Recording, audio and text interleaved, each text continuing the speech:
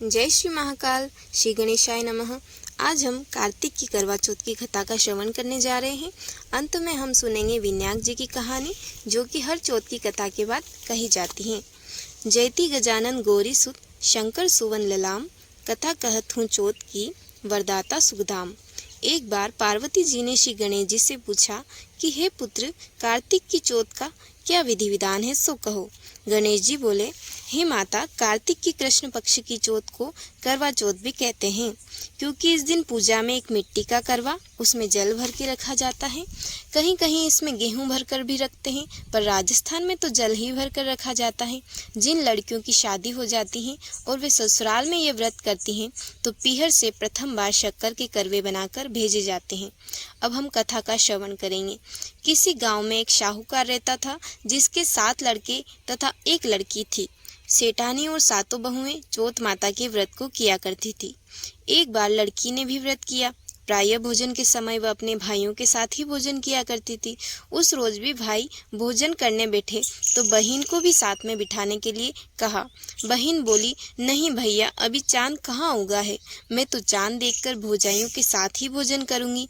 इस पर एक भाई ने पास के एक नीम के पेड़ पर चढ़कर तथा बिजली की बैटरी से प्रकाश करके उसे चलनी आड़ी देकर दिखाया, तो दूसरे भाई ने कहा, बहन, चांद भी उगाया है। लड़की भोली थी और उसे भूख भी लग रही थी। उसने आव देखा न ताव, बिना माता तथा भौजाइयों को पूछे ही प्रकाश को अर्घ्य देकर भोजन कर लिया। इस तरह व्रत भंग के दोष से चौथ माता उस पर कुपित हो गई। उसी समय उसके ससुराल से आदमी आया कि उसका पति बीमार है, उसे ससुराल जाना पड़ा। वहां उसकी बीमारी दिन पे दिन बढ़ती गई। दवा दारू में घर का सारा रुपया पैसा खत्म हो गया। घर के सभी स्त्री पुरुष बहुत ही दुखी हो गए।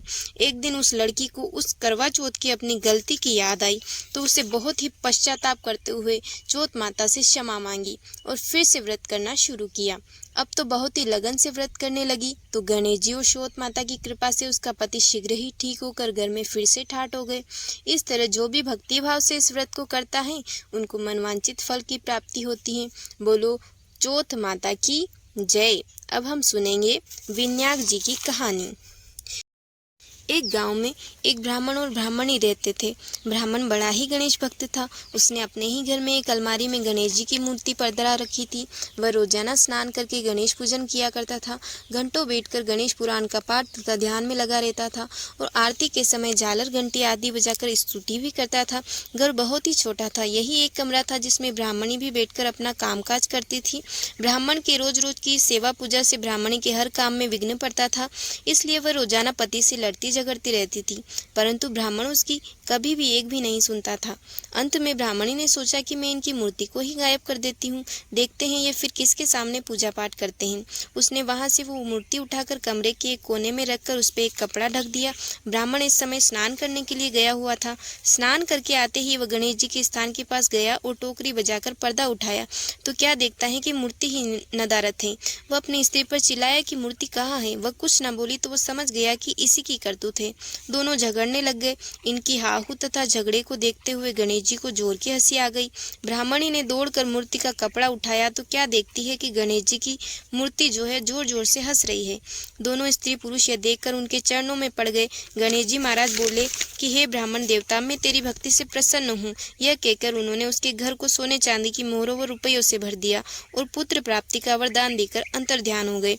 ब्राह्मण देवता ने उस धन से बड़ा भारी भवन और उसके पास में ही गणेश जी का मंदिर बनवा दिया। इधर 10वें महीने उसके एक सुंदर पुत्र ने भी जन्म लिया और तीनों प्राणियां बहुत बड़े वैभवशाली पुरुषों का साथ जीवन बिताने लगे। बोलिए श्री गणेश महाराज की जय। Thank you so much. Channel को सब्सक्राइब करें, लाइक करें और शेयर करें। जय श्री महाकाल, जय श्री गणेशाय नमः।